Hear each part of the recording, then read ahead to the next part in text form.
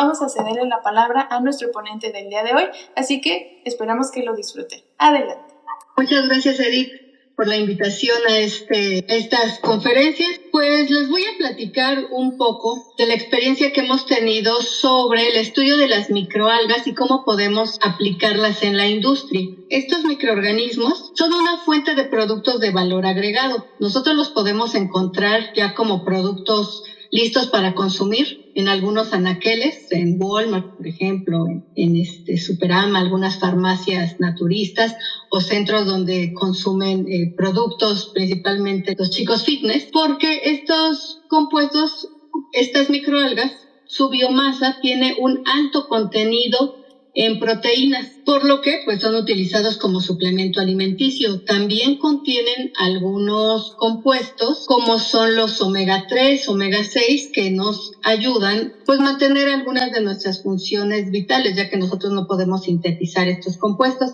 Y otros productos de interés en la industria son los pigmentos como las clorofilas, carotenos, entre otros. También se ha utilizado a las microalgas, o ahorita están aumentando la investigación al respecto, porque han visto que contienen almidones y algunas proteínas que tienen el potencial de ser utilizados para sintetizar o para producir envases y embalajes biodegradables. Otro compuesto de interés para la industria son los aceites, o más bien los lípidos que contienen las microalgas, porque son la fuente para producir biodiesel y bioturbocina. En lo que respecta a la industria de alimentos, pues en la historia han encontrado que estos organismos se han consumido desde hace miles de años por diferentes culturas. Han encontrado el hallazgo más antiguo sobre su consumo, fue en Chile, y también aquí en México los aztecas la consumían espirulina que cultivaban o cosechaban más bien del lago de Texcoco. Sin embargo, pues en la actualidad no tenemos como la cultura de integrar a las microalgas como un alimento. Esto tiene que ver un poco por su sabor y porque es como un reto a la mente de cómo vamos a consumir algo que se produce en el agua, que nosotros podemos pensar que esa agua está sucia, ¿no? Comparado con un vegetal. Entonces sí enfrentamos como este cambio de paradigma de consumir microalgas a consumir un vegetal. Incluso, pues en la actualidad existen pocas microalgas que están autorizadas para ser consumidas por los seres humanos. Estas regulaciones las establece cada país. En el caso de Estados Unidos, la FDA otorga un certificado que se llama GRAS,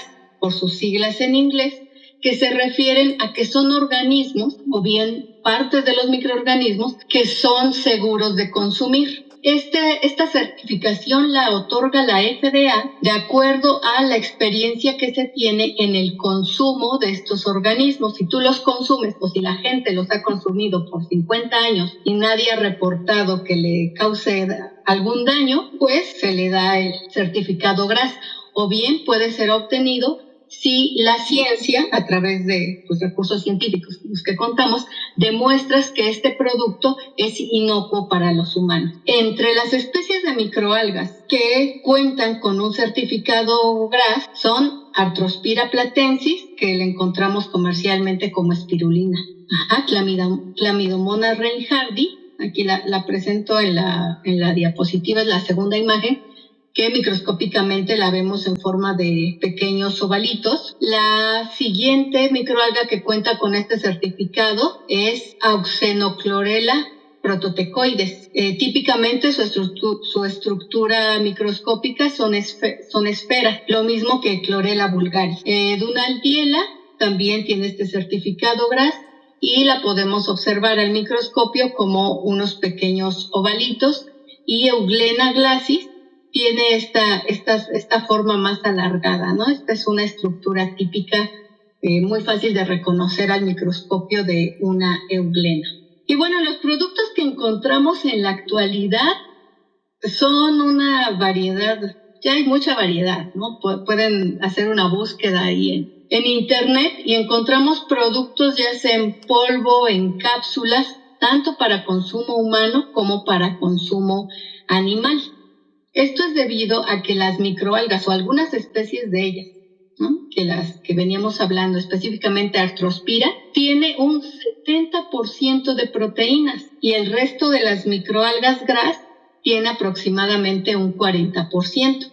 Aunque esto pareciera mucho menor comparado con Arthrospira, si lo comparamos con otros vegetales como son la soya, el arroz y los chícharos, las microalgas básicamente cuatriplican la cantidad, ¿no? Podemos ver aquí en estos datos que la soya tiene un 38% de proteínas, el arroz 10%, chícharos 2.8%.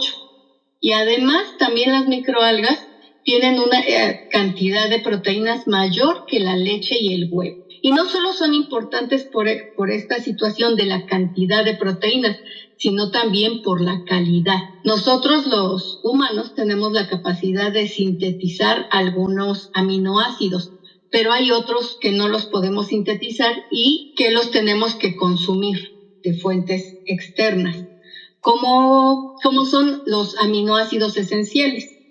Ejemplos de ellos son la histidina, isoleucina, leucina, lisina, metionina, fenilalanina, treonina, triptófano y valina. Entonces, los productos comerciales que encontramos preparados con microalgas brindan estas ventajas. Tienen una alta cantidad de proteína y es una proteína de calidad en función de estos aminoácidos esenciales. Y podemos encontrar, les comentaba, que se formulan así los suplementos, ya sea en cápsula o en polvo. También ya hay presentaciones de alimento para peces. Incluso hay una presentación como suplemento para las mascotas. Está indicado para perros y gatos. Las microalgas también son de interés en la industria alimenticia porque son una fuente de lípidos. Hay algunas especies como esta Auxenochlorella prototecoides, que tiene el 70% de lípidos. De toda su biomasa seca, ella tiene el 70% de lípidos. Y esos lípidos, la mayoría de ellos son omega 3 y omega 6, los cuales son indispensables para nuestra nutrición. Hay otro tipo de lípidos, como el ácido docosahexaenoico, conocido simplemente como DHA, o bien el otro ácido graso, EPA, que se ha relacionado con el buen funcionamiento de nuestro cerebro, las conexiones neuronales, y mantiene en buen estado nuestra retina. Todos estos ácidos grasos los contienen las microalgas y de igual manera ya se cuenta con productos comerciales, diferentes presentaciones, y están tomando auge porque son un sustituto de los suplementos de aceites provenientes del pescado. Así que se pueden consumir o se están promocionando a nivel comercial como fuentes de omegas para veganos. Como pueden ver, estas presentaciones comerciales incluyen esta parte, ¿no? Por aquellos que ya no consumen productos de origen animal, esta es una buena fuente de omegas de origen vegetal, ¿no? O de origen microalgal. Otras componentes que tienen las microalgas que también son muy útiles en la nutrición es la alta cantidad de vitamina A, vitamina B1, vitamina B9 y los antioxidantes. Así que existen muchos estudios en donde han investigado cómo existe una influencia de las microalgas sobre la salud cardiovascular, inmunológica, anti-envejecimiento y anticancerígeno. Entonces, todavía es un área para estudiar, ¿no? Que abre un abanico muy, muy amplio de aplicaciones que tienen estos organismos. En cuanto a la industria, otro tipo de industria es pues, la industria del calzado. Este ejemplo que les quiero compartir es que las microalgas también son capaces de sintetizar polisacáridos y bajo ciertas condiciones de estrés se acumulan dentro de la célula. de tal manera que puede ser un reservorio de celulosa, hemicelulosa y almidones. Los almidones han sido ampliamente reportados como una fuente para producir bioplásticos. Hay patentes sobre envases y empaques biodegradables que están formulados con almidón de papa, almidón de maíz, y esto simplemente lo mezclan con glicerol y alguna otra sustancia vegetal como hojas de plátano o maderas, lo comprimen y tienen entonces un bioplástico. Entonces, existe el almidón como un recurso que nos sirve para hacer un bioplástico. Sin embargo, las investigaciones que se tienen hasta el momento hacen la referencia que es un tanto difícil o aún costoso extraer el almidón a partir de microalgas.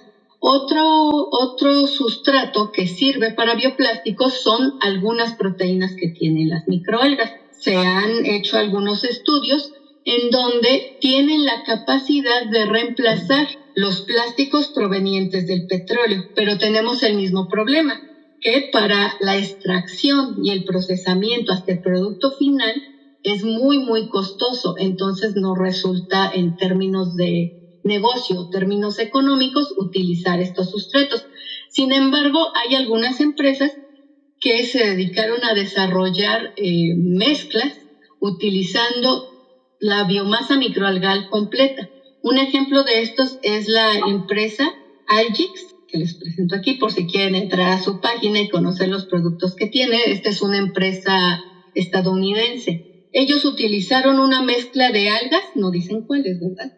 Es parte del secreto, y lo combinaron con un 60% de etilvinilacetato, de tal manera que ellos pueden obtener un tipo de polímero que les ha permitido fabricar sandalias, tenis, zapatos y varios productos, ¿no? Incluso tienen a Jason Momoa en su página como ícono, ¿no? Que él está apoyando salvar a nuestro planeta a través del consumo de estos zapatos. Y también han visto, también Canadá tiene una empresa que ha desarrollado una tecnología similar, pero ellos producen espumas de poliuretano que utilizan para las tablas de surf y sandalias, con la misma idea de utilizar toda la biomasa microalgal más otro polímero, de tal manera que han hecho pues sus cálculos económicos y reducen aproximadamente el 30% de insumos a base de petróleo cuando utilizan microalgas mezclados, ¿no? Entonces, también es otra alternativa. En México, al menos en la búsqueda que hice, no hay una industria. Por lo tanto, tenemos ahí un nicho de oportunidad, ¿no? México es considerado un país megadiverso. Luego, entonces, podemos tener algunas microalgas, seguramente existen por ahí, que sean competitivas y nos permitan hacer desarrollos de este estilo. Otro, creo que es sobre las investigaciones que más se han tomado en cuenta alrededor del mundo, utilizar los lípidos que producen las microalgas para la producción de biocombustibles, específicamente el biodiesel. ¿Esto por qué? La microalga tiene la habilidad de almacenar en su interior lípidos, y la microalga, entre más se estresa, más lípidos acumula. Entonces existen varias técnicas de estrés, ¿no? para que la microalga produzca muchos lípidos, y entonces nosotros, la persona que le interese extraer los lípidos, ya sea para alguna aplicación en el área de alimentos o bien para combustibles, pues utilice ¿cómo llamarle? El metabolismo de la microalga, ¿no? Entonces nos dedicamos a estresar a los organismos para obtenerlos, en este caso, el producto que nos interesa. Al principio, cuando se desarrollaron se empezaba a estudiar la producción de biocombustibles, específicamente biodiesel, se utilizaron plantas oleaginosas, ¿no? Soya, girasol. Sin embargo, tuvieron excelentes resultados, obviamente, pero empezó a haber un problema ético de cómo vamos a utilizar alimentos para producir combustibles, ¿no? Entonces, se dieron a la tarea de buscar qué otros recursos naturales tenemos que sean oleaginosos, pero no consumimos, para reducir este riesgo en la seguridad alimentaria. Entonces, se utilizó Jatropha curcas. Hace más o menos como 10 años fue que tuvo este boom la planta, y lo mismo la higuerilla. En el caso de Puebla, existe en la Sierra Norte Jatropha curcas, que crece de manera silvestre, y esta es consumida también la harina. Una vez que tú extraes el aceite, puedes utilizar la harina de Jatropha para el alimento para el ganado, y la tradición allá es utilizar esa semilla también para consumirse como pipián, ¿no? Es una especie con estas características importantes que se encuentra en Puebla, que la puedes consumir, y en otros lugares Jatropha curcas es tóxica. Este tipo de plantas, además de que las puedes utilizar para alimentos, existen estudios en donde sirven para reforestar principalmente estos terrenos donde hay unas pendientes muy grandes. Entonces eran como plantas, o se propusieron en su momento como plantas multipropósito. Tú podrías contener el suelo hacia reforestación, y a la vez obtenías un fruto que te sirve para obtener un producto de valor agregado. Entonces tenías como toda esta visión de protección de recursos naturales. Podrías generar riqueza para los productores, para generar toda esta cadena virtuosa y el desarrollo social, justamente. Sin embargo, el problema que presentaba es que para que tú obtengas la cantidad adecuada de aceite para hacer la transformación en biodiesel, necesitabas esperarte unos 3 años, 4 años en lo que la planta crecía, ¿no? Y daba frutos. Entonces, pues ahí empezó a decir, bueno, ¿qué otros componentes podemos utilizar? Y es donde se volteó la mirada a las microalgas. Que estas microalgas pues se caracterizan porque crecen muy rápido y tú las puedes cosechar prácticamente todo el año. Si tienes las instalaciones, en 15 días tú ya tienes la primera cosecha de microalgas. Entonces, estas son conocidas como fuente para la producción de biodiesel de tercera generación. Las microalgas contienen aproximadamente entre 30 y 80% de lípidos en su peso seco. Esto depende también de la composición depende del tipo de la microalga. Y el tipo de ácidos grasos que podemos encontrar pueden ser saturados o insaturados. Y dependiendo de este tipo de ácidos, es la calidad de biodiesel que se obtiene. Lo deseable es que tengan alrededor del 60-70% de ácidos grasos saturados, para que se tenga un biodiesel de calidad. Y bueno, ya les platiqué todas las aplicaciones, algunas aplicaciones que tienen las microalgas, pero ¿qué son? Entonces, pues las microalgas son organismos fotosintéticos, es decir, que crecen o aprovechan el CO2 del ambiente en presencia de luz para sintetizar sus compuestos, sus propios compuestos de interés, ¿no? Entonces, también son autótrofos. Pueden pertenecer a diferentes grupos microbianos, ya sean eucariontes o procariontes, y lo que llama la atención es que son organismos de rápido crecimiento. La fuente de luz para su crecimiento puede ser natural, como es el sol, o puedes utilizar fuentes artificiales, lámparas, focos de diferentes irradiancias. Cabe señalar que depende de la irradiancia que tenga el foco, va a ser también el comportamiento que tengan las microalgas. Otro factor importante para establecer un cultivo de microalgas es el medio de cultivo que utilizamos. Los medios de cultivo son líquidos y contienen principalmente nitrógeno, fósforo y elementos traza. Los que son típicamente utilizados, ampliamente reportados para microalgas autótrofas son el medio BG11, BBM, que contienen estos elementos de manera exacta, ya que existen formulaciones y nosotros los podemos preparar en el laboratorio sin mayor conflicto. Ventajas de aplicar este tipo de medios de cultivo es que podemos obtener toda la gama que les platiqué. Podemos obtener biomasa, proteínas, pigmentos, lípidos, ya sea para consumo humano o bien para otras aplicaciones biotecnológicas. Sin embargo, el uso de estos medios de cultivo es costoso. Así que se han dado la tarea de averiguar qué otra fuente de nutrientes se pueden utilizar. Entonces, han hecho la propuesta algunos investigadores de utilizar medios de cultivo no convencionales. ¿Esto qué quiere decir? Que se utilizan sustratos que contienen nitrógeno, fósforo y elementos trazas, pero de un origen, pues principalmente residuos. Podemos ver aquí como ejemplo de estas fuentes el digestato, que es el subproducto de la digestión anaerobia. Se introduce la materia orgánica, por un lado se obtiene biogás y por otro lado se obtiene este digestato que típicamente se utiliza para fertilización de suelos o recuperación de los mismos. Así que una propuesta de aprovechamiento también es utilizarlo para producir microalgas.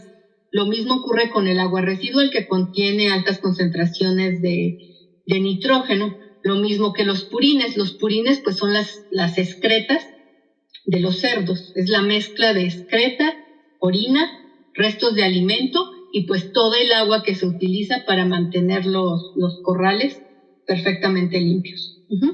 La restricción del uso de los productos de estos cultivos es que únicamente podemos obtener o se pueden utilizar como biocombustibles, bioplásticos o bien para utilizarlos como fertilizantes. Otra opción para su uso es utilizar a las microalgas que se producen ahí para favorecer el proceso de digestión anaerobia y producir biogás con ellos. Un factor también que tiene que ver con la productividad que se va a obtener tanto de biomasa como los productos de valor agregado es el sistema de cultivo.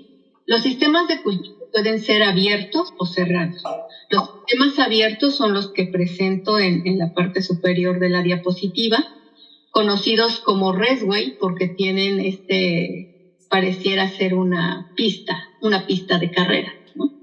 Los siguientes son los reactores circulares o rectangulares. Todos ellos tienen una paleta que se mueve a través de un motor para que el cultivo se esté aireando. Esto con la finalidad de que exista un intercambio pueden tomar el CO2 de la atmósfera y a su vez expulsan el oxígeno que producen las microalgas durante el metabolismo. El otro diseño de sistemas de cultivo son sistemas cerrados, como este que está aquí, que le llaman flat plate, es como si fuera una ventana y adentro tú tienes un cultivo de microalgas.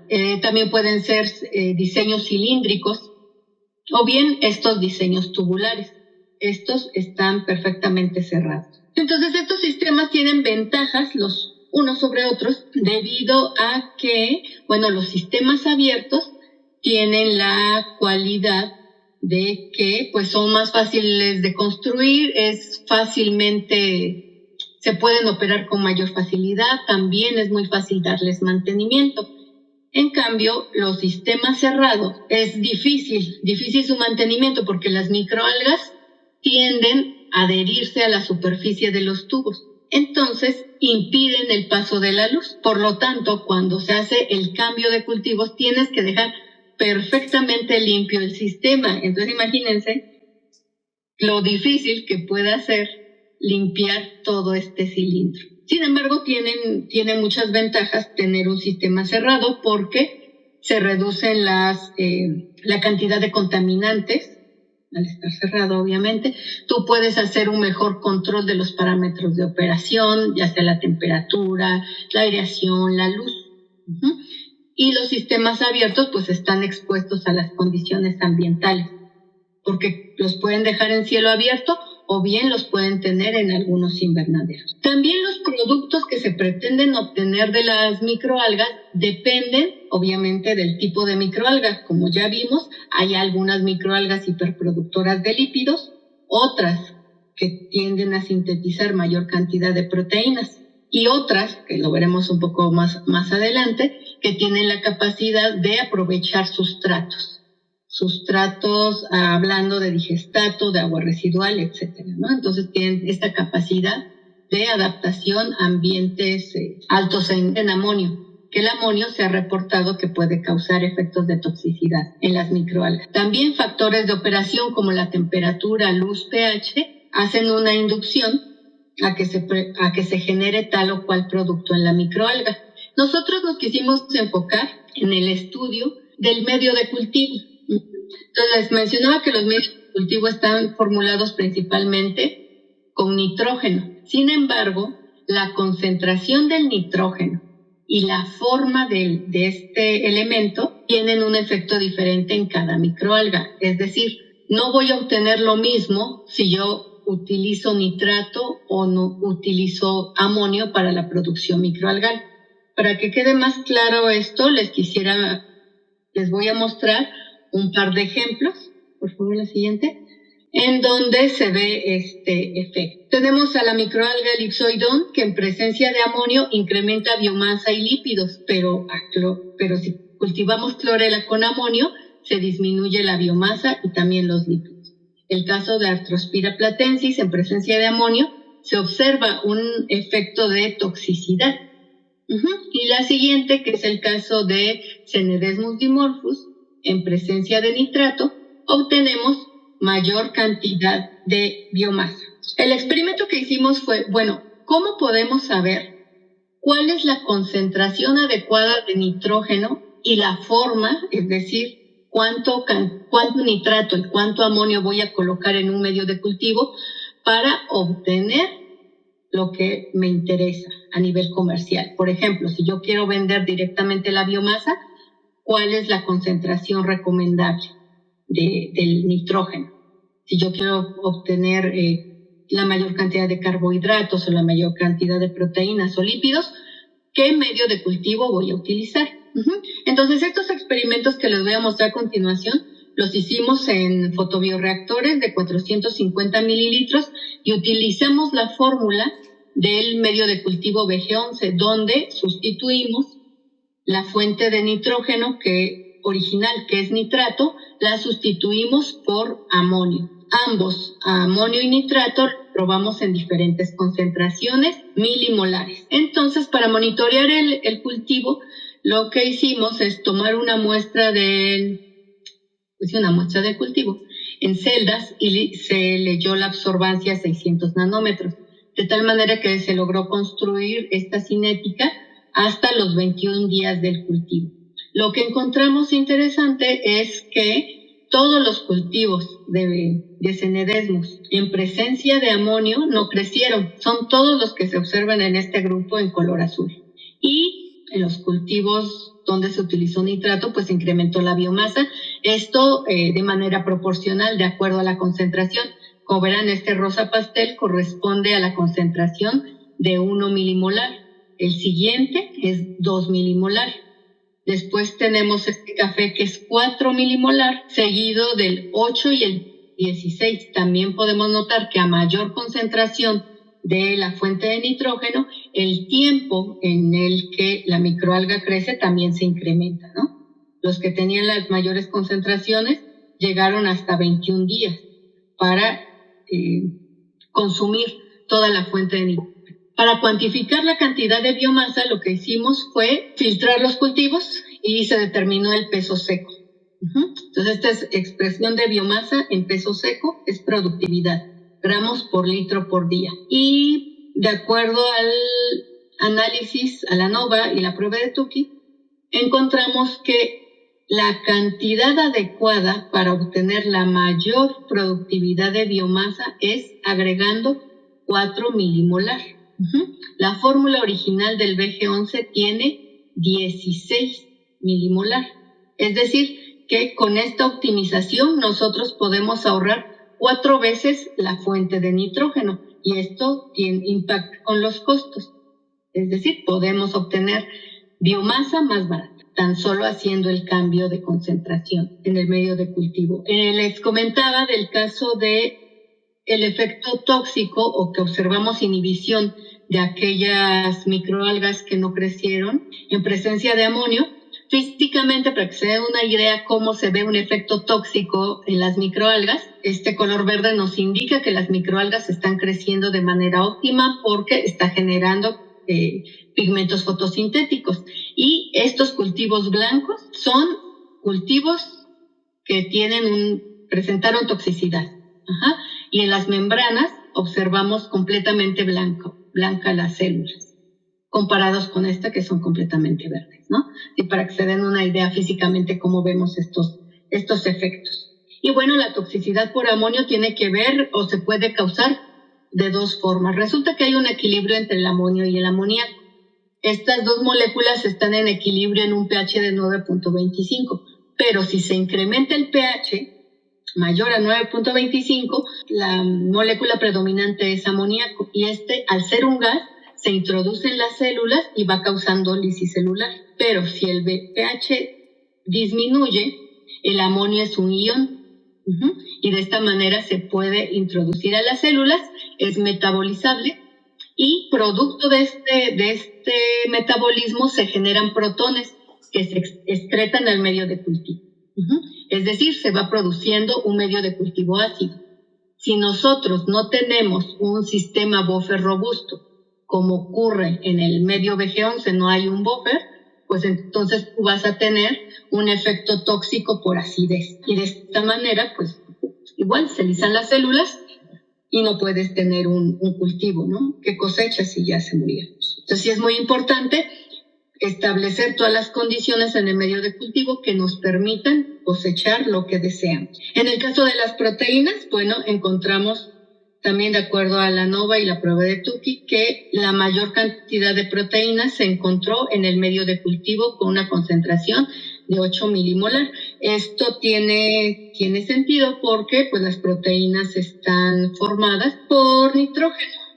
Entonces, a mayor nitrógeno, pues mayor producción de biomasa. Sin embargo, se ha reportado que si la microalga está en presencia de medios de cultivo ricos en amonio, así que consume lo que es capaz, y el exceso lo puede acumular dentro de su célula para los tiempos difíciles. Por esta razón, no se ve que en 16 se incremente la producción de microalgas. Lo que hizo la microalga es guardarlo en su interior para cuando requiera esta fuente nitrogenada. ¿Vale? Entonces, si nosotros queremos microalga para proteína, 8 milimolar de nitrato. En el caso de los carbohidratos, podemos utilizar igual 8 milimolar de nitrato y 4, pero pues por términos económicos, para fines económicos, pues podremos utilizar 4, que estadísticamente nos da la misma cantidad de carbohidratos que lo que se obtiene con 8. Entonces ahorramos la mitad de fuente nitrogenada.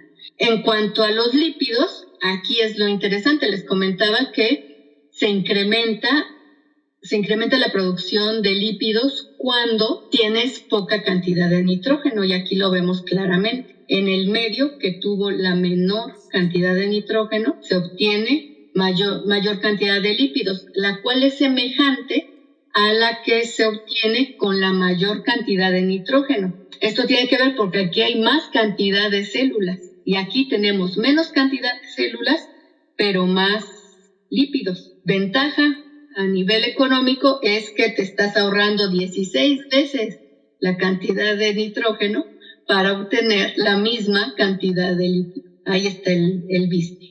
Y bueno, como les he estado platicando, pues aquí el problema con las microalgas, el problema un tanto de producción a nivel industrial es el costo. Y también hemos hecho algunas pruebas en donde cultivamos Acinedesmus en diferentes residuos para justamente ver si era posible reducir costos de producción. ¿Le puedes dar clic, por favor? Ajá. Entonces vimos que en agua residual, que se colectó en la empresa Altexa, que es productora de producción de alimentos y aditivos alimenticios, utilizamos el agua residual de la empresa, no funcionó. La siguiente de pulpa de betabel tampoco funcionó. El digestato de la productora porcina Nopaltepec tampoco funcionó, pero funcionó muy bien como medio de cultivo la porcinasa, que tiene aproximadamente 2,000 miligramos por litro de amonio, y al ser diluida pues nos sirve perfectamente como un sustrato para las microalgas. Entonces, con esta información que teníamos en el laboratorio, nosotros siempre tratamos de vincularlo con las empresas. Esto que ya descubrí, ¿a quién le puede servir? Entonces tuvimos la experiencia de tener el contacto con una empresa productora de cerdos que se encuentra en Atlisco. Esta empresa produce cerdos desde lechoncitos hasta los cerdos enormes, ¿no? Y pues lo que sí les puedo decir es que tienen impecables los corrales, pero la cantidad de agua que utilizan es impresionante, ¿no? Para mantenerlos en perfectas condiciones. Ventaja que tiene esta empresa es que ya tiene un sistema para la colecta de todos los purines. Tienen canaletas al interior de la granja, y los conducen hasta un cárcamo. A partir de este cárcamo, bombean los residuos hacia un digestor anaerobio que les presento en la foto de al lado, que se puede notar, se ve la membrana, ¿no?, distendida, que indica que hay producción de biogás. Y por otro lado, ellos están generando una gran cantidad de digestato, que es esta laguna de estabilización. Entonces, la pregunta que ellos nos hacían, bueno, ¿cómo puedo aprovechar todos estos residuos? Y se nos ocurrió hacer una propuesta de biorefinería. En la actualidad, pues ya les comento, ¿no? Así producir microalgas solitas, pues todavía no es así como económicamente viable. Entonces, la propuesta es que tú tengas una biorefinería, que generes diferentes productos en un mismo lugar. La sugerencia es que en el mismo lugar donde se generan los residuos, tú tengas una biorefinería. Así te ahorras los costos de estar transportando residuos de un lado a otro, y a su vez que generes productos que pueden utilizar en el mismo lugar o en la región. Entonces, nuestra propuesta para esta empresa es utilizar los purines, por un lado, que los sigan utilizando para la digestión anaerobia, y por otro lado, para producir microalgas. De tal manera que nosotros vamos a obtener de la producción de microalgas biomasa microalgal, que la podemos transformar a diésel, y al mismo tiempo vamos a obtener agua tratada. Y esta agua tratada tenemos que compararlos de acuerdo a la norma mexicana que establece las concentraciones de amonio, de también microorganismos patógenos, fósforo, etcétera. Y se puede recuperar esta agua para el cultivo en la zona, ¿no? Esa sería una ventaja de utilizar las microalgas. Y por otro lado, las microalgas se pueden integrar al digestor anaerobio para mejorar el contenido de metano en el biogás. Ok, entonces nosotros empezamos con la caracterización de estos residuos. Se determina pH, amonio, nitratos, nitritos, humedad, sólidos totales, sólidos volátiles. Todo esto para conocer el potencial de los residuos.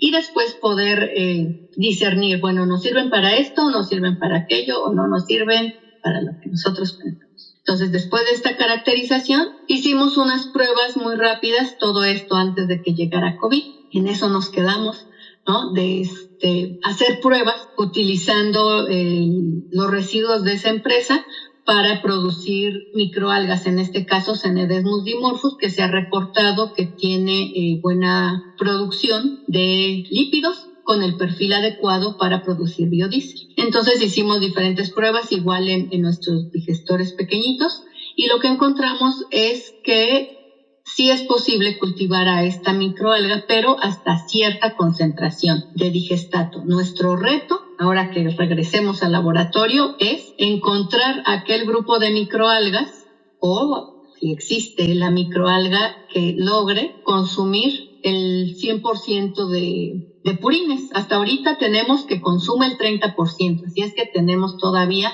un buen de investigación por delante. La que sigue, lo que nos motiva para continuar es que, con todo y que Cenedesmus creció así muy mal, ¿verdad?, en los purines, aún así logramos detectar que el perfil de lípidos que se extrajo de los cultivos es similar al aceite de plantas oleaginosas, es decir, que puede generar un biodiesel equiparable al diésel proveniente de combustibles fósiles, ¿no?, del petróleo más bien. Y bueno, esa sería mi intervención esta tarde. Muchísimas gracias.